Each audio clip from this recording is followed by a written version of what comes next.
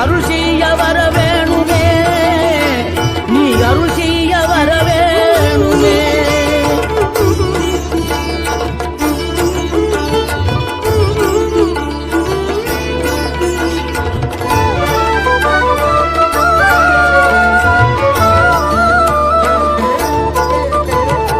இகழ்தலையும் புகழ்தலையும் ஒரு முகமாய் கருதும்படி செவி உரைத்த முத்து குமரன், நீ வறுமையையும் வளமையையும் சமநிலையையும்